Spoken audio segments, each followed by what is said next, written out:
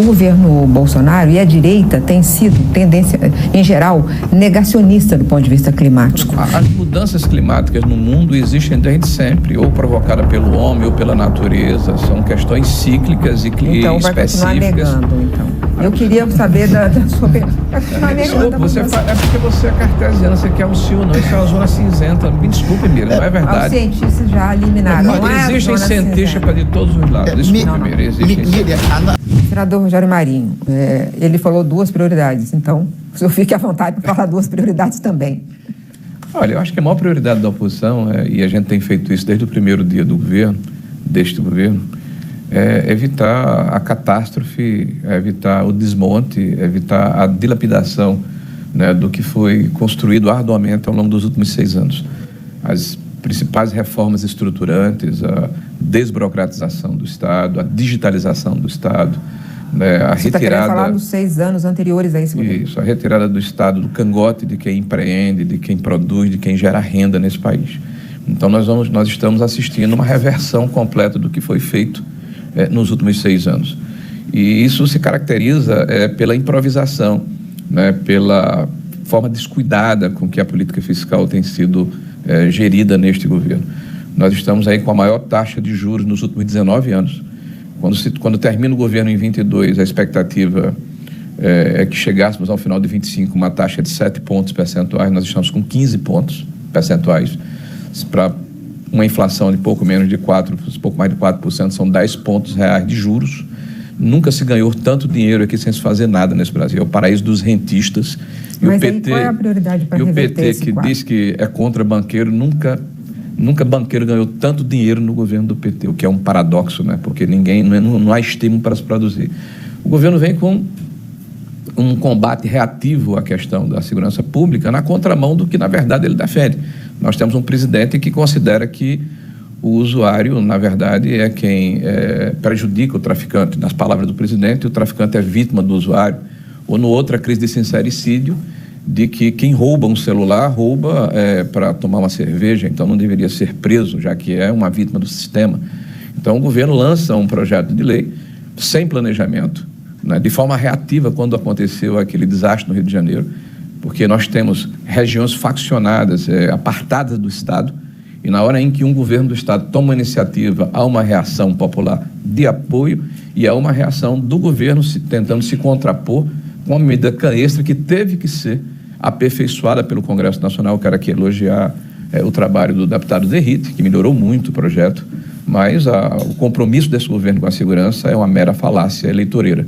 E a questão do 6x1 é um factoide, é um não debate, né? A própria legislação já precifica, já disponibiliza a possibilidade que, por acordo ou convenção coletiva, a flexibilização da jornada de trabalho. Aliás, em 2017, Miriam, senador Randolph, nós tivemos um dos únicos pontos consensuados entre as centrais sindicais, entre as centrais patronais e o governo, que foi a prevalência do negociado sobre o legislado, onde se permite que, de acordo com a conveniência, com a circunstância e a especificidade de cada grupo econômico, houvesse essa flexibilidade de jornada de trabalho. E agora o governo pretende implantar um factoide para tratar o redesigual de forma igual. Vocês vão votar contra? Não, vamos ver que tipo de projeto vai sair de lá, Miriam. O que o governo está propondo é colocar novamente uma camisa de força na economia brasileira, tratando desde pequenos produtores, médios produtores, microempresários, a grandes empresários na mesma cesta. Então nós vamos gerar problemas de toda a ordem na nossa economia, encarecer produtos e serviços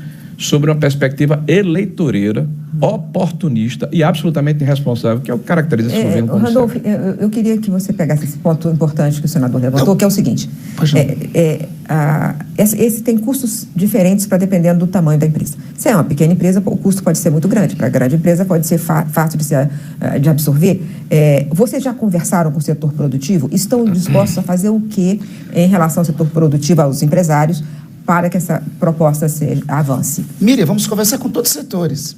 Mas a argumentação do meu colega Rogério, eu sou historiador, eu encontro um amparo na história. Mas vocês vão conversar, mas não conversaram ainda. Estamos conversando. 1888, fim da escravidão. Isso vai trazer o cataclisma da economia brasileira. 1942, instituição do salário mínimo. Diziam, isso é hecatombe do modelo econômico. 1962, instituição do 13º. O que é que diziam? isso aí vai ser o fim, vai quebrar o Brasil.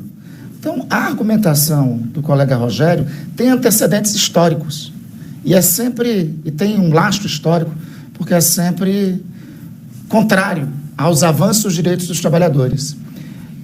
E eu acho coerente, inclusive, com a posição de Rogério. Rogério foi relator da reforma trabalhista, que, no meu entender, precarizou muitos direitos dos trabalhadores na atualidade. O Rogério também fez uma ponderação aqui de dados econômicos, eu acho que de um outro país, porque é importante a gente destacar, Miriam, você todo dia comenta isso na TV Globo.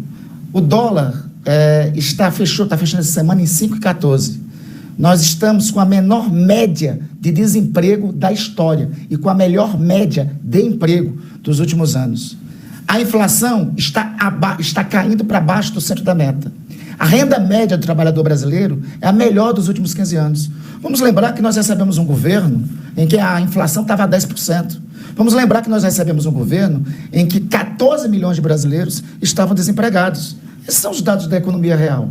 A taxa de juros é em decorrência, inclusive, da herança deixada pelo governo anterior, das circunstâncias deixadas pelo governo anterior. Então, eu acho que é importante nós colocarmos esse panorama real do que é a economia brasileira hoje, porque está sendo desenhado um cataclisma, que foi o cataclisma, Rogério, e o caos que vocês nos deixaram. Nós estamos 4 anos de reconstrução do país. Eu queria voltar para um ponto importante desse ano, da período legislativo, que é a discussão dos penduricalhos, né? Teve a decisão do Supremo e, ao mesmo tempo, a reunião de ontem. Eu quero saber o seguinte, senador, vocês votarão contra os penduricalhos quando aparecer a proposta? Acha que a legislação tem que ser feita? Como é que vocês estão pensando esse assunto dos pagamentos acima do teto do funcionalismo? Eu queria saber a opinião dos dois sobre esse assunto, começando com o senhor. Miriam, nós já nos posicionamos, inclusive, no final do ano passado, por ocasião de votações que ocorreram no Congresso, conclamando, né, os líderes do governo, inclusive o senador Randolfo, o senador Jacques Wagner, para votarmos o fim dos super salários, dos penduricalhos, e fomos olimpicamente ignorados. Né? O governo não vai votar contra essa situação neste momento, poderá até fazer pelo clamor popular, porque vai contra a base que o governo tem, que é o corporativismo dos funcionários públicos, né? Mas é importante, me desculpe, foi falado aqui da economia, e é importante a gente colocar e repor dentro da nossa perspectiva e da verdade o que ocorre no Brasil. O gabarito de qualquer atividade econômica é o resultado do crescimento da dívida pública. Esse governo gabaritou de forma negativa todos esses índices, né? Nós estamos aí com a perspectiva de deixarmos um legado para o Brasil de 1,5 trilhões de reais, né, de aumento da dívida. Nós recebemos uma dívida com 75% de relação dívida PIB, entregamos com 71%. E é bom lembrar, eminente senador, que houve uma guerra entre a Ucrânia e a Rússia, que perdura até hoje, com a crise de alimentos e de energia. O petróleo chegou a $130 o barril. Houve uma pandemia que teve um paralelo em 100 e tantos anos, que foi a gripe espanhola. Houve Brumadinho, houve a maior crise hídrica da história do Brasil, em 92 anos, e nós entregamos o Brasil com uma relação dívida PIB menor, com superávit do ponto de vista fiscal. Né? Nós tivemos um período em que mais de 20 bilhões de reais foram superavitários na questão das estatais. Hoje nós temos uma dívida pública estourando, né? Mais de 12 pontos percentuais e uma herança maldita para o futuro. A forma como se faz o crescimento novamente é inflado de maneira artificial, sem sustentabilidade. Nós temos hoje um problema muito sério, que são os fundamentos macroeconômicos, que estão completamente corroídos. Nós temos um problema de um déficit nominal de 1 trilhão de reais ano, em 3 anos consecutivos. Nós temos 30 novos impostos que foram impostos, desculpe até a redundância, à sociedade brasileira, porque esse é o governo da improvisação, do puxadinho, do Frankenstein.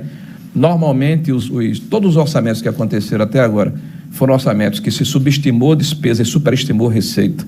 E ao longo do ano se buscou novas formas de arrecadação, penalizando a sociedade brasileira.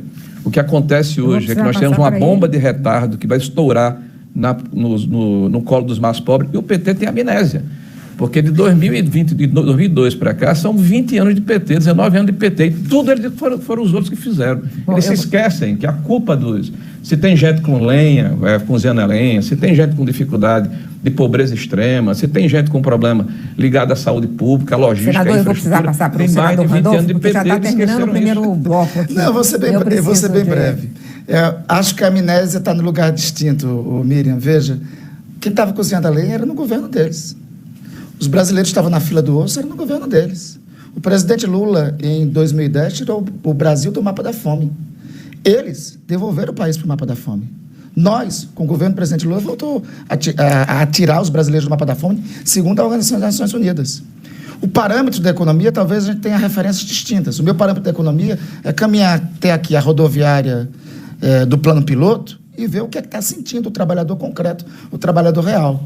É caminhar pelas ruas do Amapá e ver se as pessoas têm programas como Gás do Povo, se programas sociais que garantem para milhões de brasileiros que consomem até 80 kW de energia estão funcionando, se o nível de emprego está no melhor período da década.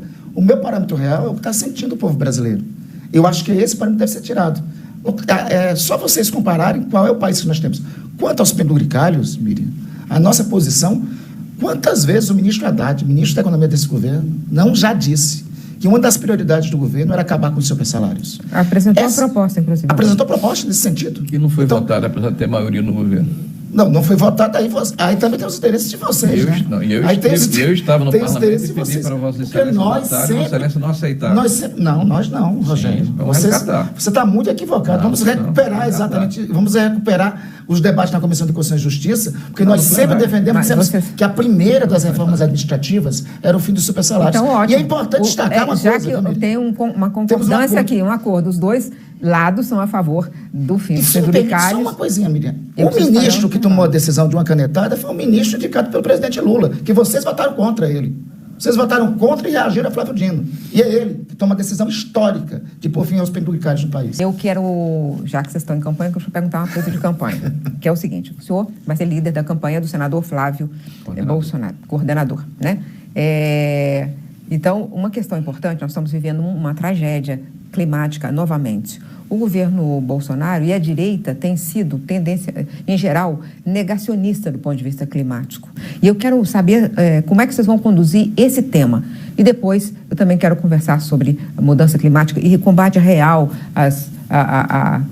os efeitos da mudança climática no governo. Então, começando. Pô, Mira, só um reparo aqui histórico. Quem falou em fila do osso foi Lindenberg Faria, agora na discussão, lá na Câmara, dizendo que tem 12 milhões de brasileiros na fila do osso. Desculpa, na fila do osso não, cozinhando a gás. Então, isso no governo do PT, né? Então, certamente ele deve saber por quê. Bom, dito isso, é evidente que essa questão climática carrega um tom que deve ser despido da emoção e nós nos debruçarmos sobre a razão. Qualquer país do mundo tem que ter seriedade no que nós denominamos de desenvolvimento sustentável. Se você pegar os Estados Unidos, você pegar o Canadá, você pegar países importantes do mundo, eles, por exemplo, trabalham terras indígenas pagando royalties aos seus habitantes, né, para permitir a passagem de linhas de transmissão, de ferrovias, de mineração, até de agricultura sustentável. Tá? Eu quero saber se vocês vão ter... Eu estou falando especificamente sobre uma questão que... Assim, vocês vão defender que a mudança climática não existe, como foi defendido no governo Bolsonaro? O que eu estou falando é o seguinte, estou falando justamente de meio ambiente. Não, eu estou falando da maneira como você vai lidar com um país das dimensões do Brasil, que tem, por exemplo, quase 1.2 milhões de quilômetros quadrados em terras indígenas e quilombolas, que ontem, inclusive, você deve ter visto, há 2 dias atrás, imagina aqui onde é que vai ser gravado o programa, o governo recua na questão das hidrovias, em função da violência perpetrada por grupos ligados à ONG e ligados ao PT, né, que foram lá e depredaram propriedades privadas, fizeram manifestações contra um decreto do próprio governo que permitia a navegação por hidrovia, que todos nós sabemos que é o que menos polui. Né? Se você trabalha numa hidrovia, é muito menos poluente do que você trabalhar, por exemplo, numa ferrovia, você trabalhar numa rodovia, você trabalhar por via aérea. Então, essa dicotomia, essa dificuldade que o PT tem de conviver com o que eu chamo de desenvolvimento sustentável, isso tem que ser enfrentado. Né? Isso pelo bem do Brasil. Quanto à questão de haver ou não haver mudanças climáticas, elas ocorrem de forma pontual ou sistêmica, depende de que tipo de situação a gente está falando. Aqui não há negacionismo de que há mudança climática. Mas no mundo, assim, como país. Os cientistas dizem, provocado pelo excesso de emissão de gás de efeito estufa, vocês aceitam esse princípio básico da ciência? De que é mudança climática... é provocado pelo ser humano, pela maneira como se produz. As mudanças climáticas no mundo existem desde sempre, ou provocada pelo homem ou pela natureza, são questões cíclicas e então, específicas. Vai continuar negando, então. Eu queria saber da sua... Desculpa, é porque você é cartesiano, você quer um sim ou não, isso é uma zona cinzenta. Me desculpe, Miriam, não é verdade. Os cientistas já eliminaram. Não existem cientistas para de todos os lados. Desculpa, Miriam, a nossa distinção... Está claramente a nossa distinção aqui. Nós reconhecemos que o mundo vive uma crise climática, e uma crise climática gerada pela espécie humana. Nós estamos vivendo uma era... A espécie humana é a única espécie em toda a existência do planeta que introduziu uma era chamada antropoceno, na qual ela própria é capaz de realizar mudanças no planeta. Essa crise existe e essa crise tem que ser combatida. Nós temos provas concretas das ações desse governo, a partir desse reconhecimento, do que tem feito. Nós reduzimos o desmatamento na Amazônia e nós reconhecemos também que o país tem que ter medidas que apoiem o seu desenvolvimento, mas que tem que ter respeito ao meio ambiente como princípio. O Ministério do Meio Ambiente foi restaurado, foi colocado no Ministério do Meio Ambiente um ícone global, que é a ministra Marina Silva. É possível equalizar desenvolvimento econômico com o meio ambiente na prática. Conceito de desenvolvimento sustentável, a nossa posição não tem muita familiaridade. Nós temos porque nós o exercemos, nós o executamos, nós realizamos. Nós conseguimos fazer desenvolvimento, conseguimos fazer a economia do país caminhar. Tanto é que nós temos 2-3 anos de PIB positivo, de PIB de 2-3%. A média do PIB do governo deles foi negativo, de crescimento econômico. Então é possível equalizar crescimento econômico com preservação do meio ambiente, com defesa, e isso fizemos concretamente com a redução do desmatamento na floresta amazônica. É possível fazer redução do desmatamento na floresta amazônica compreendendo que a Amazônia não é somente um bioma de árvores. A Amazônia tem, concretamente, quase 30 milhões de pessoas. Não é uma contradição o fato de que você apoiou, parte do seu partido, aumento da produção de petróleo na Amazônia, levando-se em conta que a emissão de gás de efeito estufa, como você aceita o princípio científico, a emissão de gás de efeito estufa do petróleo é a principal causa? Não é uma contradição, porque eu acho que esse é o conceito de desenvolvimento sustentável, Miriam. Eu acho que é possível. Nós temos que reconhecer que nós vivemos um processo de aquecimento global, que nós temos que tomar medidas em relação a isso, mas também temos que reconhecer que em 2033 todas as nossas reservas de petróleo estarão em fase de se esgotar, e é preciso encontrar novas reservas. E não é petróleo na Amazônia pela primeira vez. O urucum existe lá há muito tempo. E não é exploração e pesquisa de petróleo na foz do rio Amazonas. É a pelo menos 500 quilômetros da foz do rio Amazonas, com todos os cuidados ambientais necessários, passando por um protocolo de quase 3 anos para que a autorização ocorresse. Mas já teve problema. Foi suspenso. Talvez em tempos anteriores, que eles governaram, não tivesse sido tomada essa medida de suspensão. Ou seja, é possível ter desenvolvimento econômico com reconhecimento. O programa está acabando, eu queria fazer uma última pergunta sobre a CPI do Banco Master. Vocês são a favor? Quero começar com você, Randolfo, e depois para o senador. Como lidar com a questão do escândalo do Banco Master e se a CPI é o melhor caminho? Todos os caminhos para a investigação nós apoiamos. É importante dizer que foi Roberto Campos Neto, presidente do Banco Central, indicado por Jair Bolsonaro, que não interveio no Banco Master. É importante dizer que o Banco Master teve um nome anterior, Banco Máxima.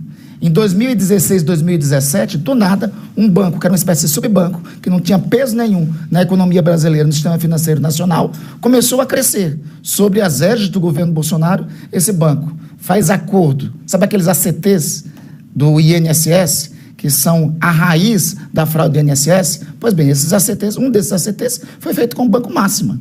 O senhor Vorcaro, principal acionista do Banco Master, ele teve os favores, foi durante o governo de Jair Bolsonaro, com o ministro Paulo Guedes, e teve os favores, e não teve intervenção no banco durante a gestão de Roberto Campos Neto. Isso é dito por mim? Não, isso é dito pelo próprio Roberto Campos Neto.